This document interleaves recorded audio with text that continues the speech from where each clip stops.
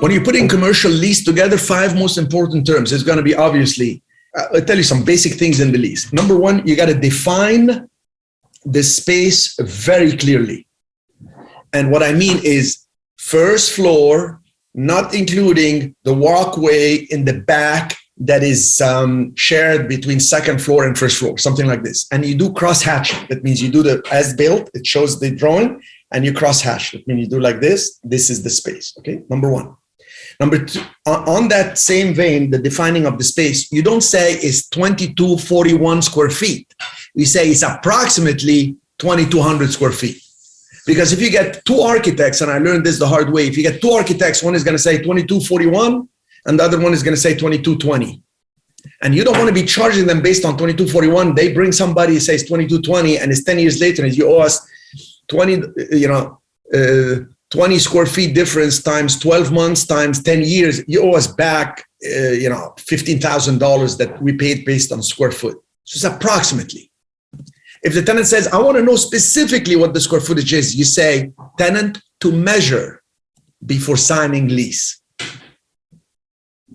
And I'm renting approximately. I tell them approximately. I don't care. I'm renting the location. So defining the space, defining the possession date versus commencement of rent date. For example, I'm signing a lease and I said, the possession date is going to be the day you sign the lease, because they said we have somebody to pick up the key. That's possession date. You're going to sign the 15th, you're going to get the key on the 15th, provided you give me that cashier check or you're wanting the money. But commencement of rent is going to be 90 days later. They said, oh, but the construction may take us 4 months. Commencement of rent is 90 days later. So they wrote the LOI back and they said, rent shall commence at the conclusion of the construction. And I replied back, no later than 90 days after signing the lease. A lease to be signed on no later than March 15th. You see how it is? You want to define this possession and commencement of lease. Number 3, corporate guarantee or personal guarantee. Very important. What is this guaranteed by? The person tells you, look, I don't sign because I am from another country, and but I have a local person, they're going to sign on our behalf. Something is shady here. Okay, something is not right. All right. So I need a corporate guarantee or a personal guarantee. And okay, then we need the actual terms in terms of how much, how long. So it's going to be, let's say, 5 years. And it's going to be $5,000 to begin with, let's say, 2% escalation. It's very clear. All right. So these are the terms. You pay late. These are, and then number 5 will be the definitions of default, like the event of default, because you have 2 types of defaults. One type is monetary default. They didn't pay or whatever. The other type of default is they're not complying. Hey, you cannot put a neon sign for your business outside. There are some rules to the city here. They don't want that because this is downtown, and downtown don't want neon.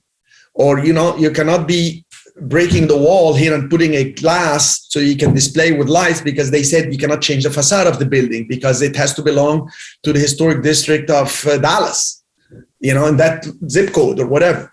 So you want to make sure the events of default are spelled out and what you're going to do.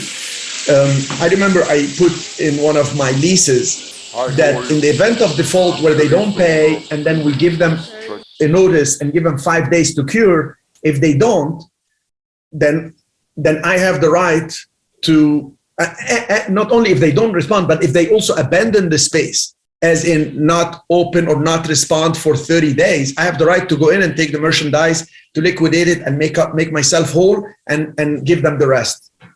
Well, it was a husband and wife. She caught him cheating. He got mad at her, kicked her out of the store. She came back with some people. They shut the store, etc. Long story. I didn't get paid for 30 days. So I called the husband and I said, look, I left him a voicemail because nobody was calling me back. I said, read your lease. I'm going to break in because I have that right. It's in the lease.